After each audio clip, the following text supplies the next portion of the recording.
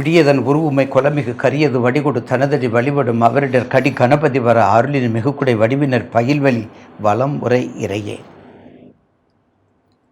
உண்ணாமுலை உமையாலோடு உடனாகிய ஒருவன்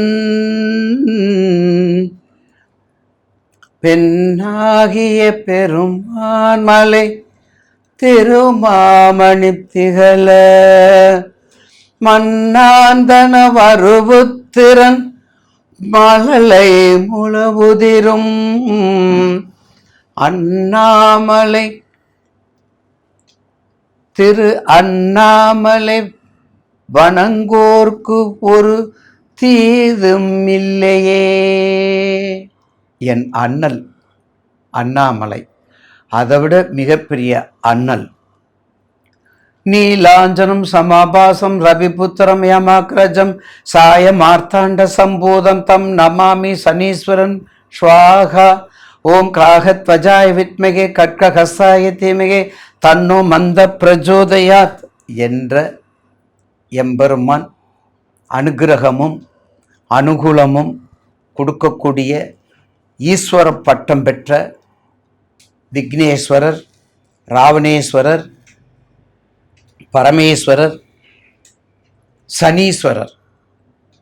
இந்த ஈஸ்வரம் பட்டம் பெற்ற சனீஸ்வரனுடைய வக்கரம் வளமான வாழ்வுக்கு வக்கர சனீஸ்வரனுடைய அருள் 12 ராசிக்கும் எப்போது எப்படி இருக்கும் என்பதை வணக்கத்துக்குரிய மதிப்புக்குரிய மாதாந்திர டிவி நிறுவனத்திற்கும் பிழைத்தமிழ் நிறுவனத்திற்கும் ஏனைய அனைத்து நிறுவனத்திற்கும் நன்றியும் வணக்கமும் என்னை ஊக்குவித்து ஆளாக்குவிப்பதற்கும் நன்றியை கூறியும் எனக்கு என் வாழ்நாள் முழுவதும் துணையாக இருக்கக்கூடிய கண்மணி திகழ கண்மணியாக இருக்கக்கூடிய நேயர் பெருமக்கள் பாதம் பணிந்து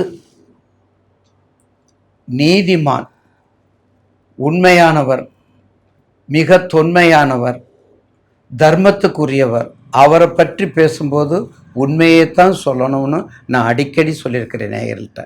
அப்படிப்பட்ட நீதிமானுடைய வளமான வாழ்வுக்கு இந்த வக்கர சனீஸ்வரர் நீங்கள் ரொம்ப எதிர்பார்த்துட்ருப்பீங்க. அப்படிப்பட்ட பதிவு இப்போது 12 ராசிக்கு எப்போது இருக்கும் என்பதை பணிவோடு உங்களுக்கு நான் பதிவு செய்ய காத்து கொண்டிருக்கின்றேன். நடக்கின்ற ஜூலை வருகின்ற 27/7/2026 டு 11/12/2026 இது சரியான நேரம், வக்கரத்தினுடைய பயிற்சி காலங்கள். ஆனால் அடியேன் என்ன சொல்ல வரேன்னா, நேயர்கள் மனசில் பதிவுறதுக்கு வருஷம் 26 இல்லைங்களா? அப்போ 26/7/2026 அப்படி மனசில் வச்சுக்கோங்களேன். அப்போ 26/7/2026 12/12/2026. 12ன்னா யாருன்னு தெரியுமில்ல? 12ங்கிற நம்பர் நமக்கு ரொம்ப முக்கியமான குருவுடைய நம்பர் இல்லையா? அப்போ 12/12/2026 அப்போ நியர்லி 138 டு 140 நாட்கள் வக்கரம்.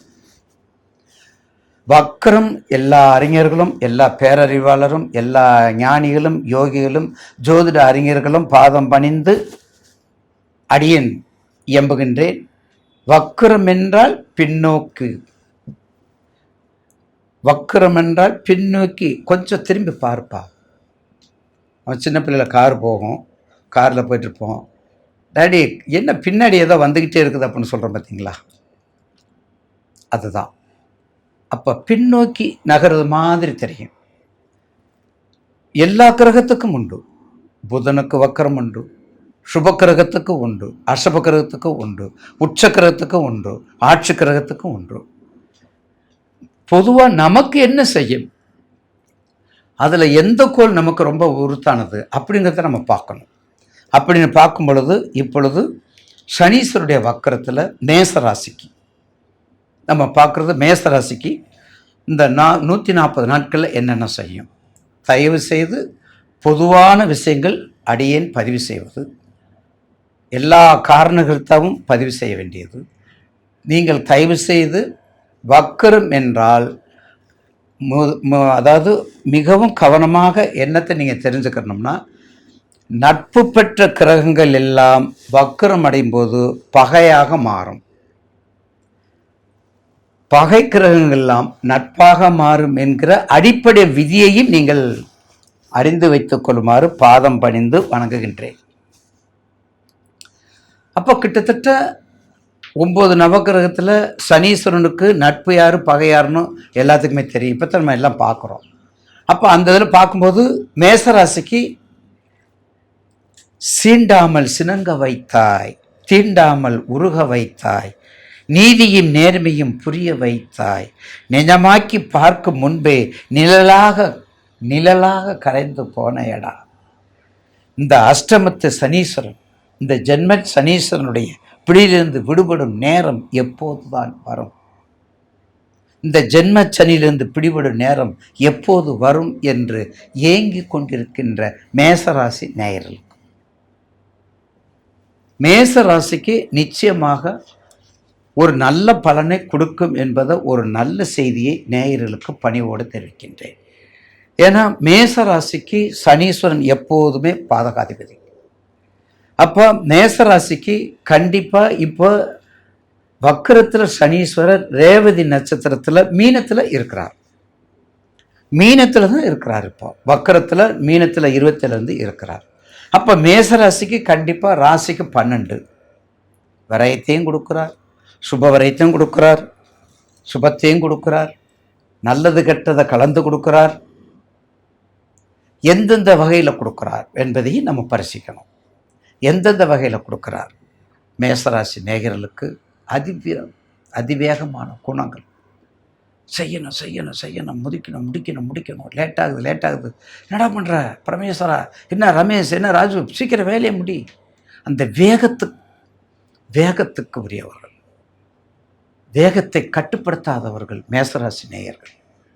பொறியியல் துறையினாலும் சரி, விவசாயம்னாலும் சரி, நிர்வாகம்னாலும் சரி, அரசியல்னாலும் சரி, ஆதங்கம்னாலும் சரி, நெருப்பு சம்பந்தப்பட்ட அனைத்து தொழிலும் சரி, எல்லா வகையான ரியல் எஸ்டேட்டும் சரி, அனைத்து வகையான ரியல் எஸ்டேட்டும் சரி, சிறு குடில் தீப்பெட்டி தொழிலும் சரி, வெளிநாட்டுக்குரிய தொழிலும் சரி, ஆட்டுப்பண்ணையும் சரி, முக்கியமானது ஆட்டுப்பண்ணையும் சரி, எல்லா வகைக்கும் சிறப்புள்ள மேசராசி நேயர்களுக்கு விரயச்சனி நடக்கின்றது. அப்போ விரயச்சனி நடக்கும் பொழுது, இப்போ வக்கரத்தில் இருக்கும் பொழுது நிச்சயமாக இந்த தாக்கங்கள்லாம் குறையக்கூடிய நேரம். மேஷத்துக்கும் சனீஸ்வரனுக்கும் பாதகத்தை கொடுக்கக்கூடியது இருப்பதனால் அந்த நட்பு பகை நட்பாக மாறும், நட்பு பகையாக மாறும். அந்த வகையில் மேஷத்துக்கு கொஞ்சம் கவனத்தோடு மட்டும் இருந்துக்கங்க.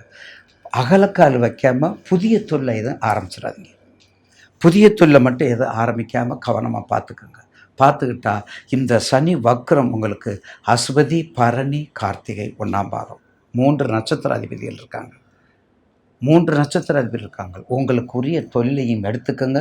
உங்கள் நட்சத்திரத்துக்கு அடுத்து உங்கள் நட்சத்திரம் அசுபதியா, அப்போ பிள்ளையார் சம்மந்தப்பட்டது, பரணி அம்பாள் சம்மந்தப்பட்டது, கார்த்திகையா சிவன் சம்மந்தப்பட்டது, முருகன் சம்மந்தப்பட்டது, அப்படி அதோடு சேர்ந்த இயற்கையோடு சேர்ந்த அந்த மாதிரி தொழிலையும் எடுத்துக்கணும். அப்படிலாம் எடுத்துக்கிட்டு மேசராசி நேயர்களுக்கு இந்த வக்ரசனி ஒரு மகத்தான ஒரு சிறப்பான எதிர்காலத்தை கொடுக்கும் என்பதில் மாற்று கருத்து அல்ல. கண்டிப்பாக கொடுக்கும். ஏன்னா மேஷத்துக்கு அதிகமான விரயங்கள் முடிஞ்சு கிட்டத்தட்ட அடுத்து 7.5 2வது சுற்று வரப்போன்றது, ஜென்மச்சனி வரப்போன்றது. அதனால் கண்டிப்பாக இந்த வக்கரத்தை நன்கு பயன்படுத்திக் கொள்ளுமாறு பாதம் பணிந்து வணங்குகின்றேன். ஏன்னா செவ்வாய் சனி சேர்க்கை கண்டிப்பாக நன்மையை கொடுக்கும். இந்த பகை அதில் எந்த மாற்று கருத்து இல்லை. வழிபாடு கண்டிப்பாக பிள்ளையார, மேஷராசி நேயர்கள் பிள்ளையாரை மறக்காதீங்க. மேஷராசினருக்கு பிள்ளையாரை மறக்காதீங்க. அந்த ஆடு சம்பந்தப்பட்ட ஒரு படங்கள் வாங்கி வீட்டில் தொங்க விடுங்க. உங்கள் திருஷ்டி போகும். இந்த குதிரை கழுத படம்லாம் வைக்கிறது மாதிரி ஆடு வைங்க. மேசராசிக்கு ஒரு உன்னதமான ஒரு வித்தியாசமாக மாறுபடும். அடுத்து கண்டிப்பாக அம்பாள் வழிபாடு, முருகப்பெருமானோட விட விட பண்ணிட்டு வாங்க. நிச்சயமாக எதை மறக்கிறீங்களோ பிள்ளையாரை மட்டும் மறந்துடாதீங்க, ஆஞ்சநேயரை மறந்துடாதீங்க. ஏன்னா உங்களுக்கு விரையச்சனி நடக்குது, அடுத்து சென்மச்சனி வருது. அப்போ 2 பேர்த்தின் தாக்கத்தை குறைப்பது, சனீஸ்வரனுடைய தாக்கத்தை குறைப்பது பிள்ளையாரும் ஆஞ்சநேயரும். மறவாமல் கண்டிப்பாக அதை மட்டும் பயன்படுத்தி வணங்கிக்கிட்டு வாங்க. வெற்றி கண்டிப்பாக உண்டு.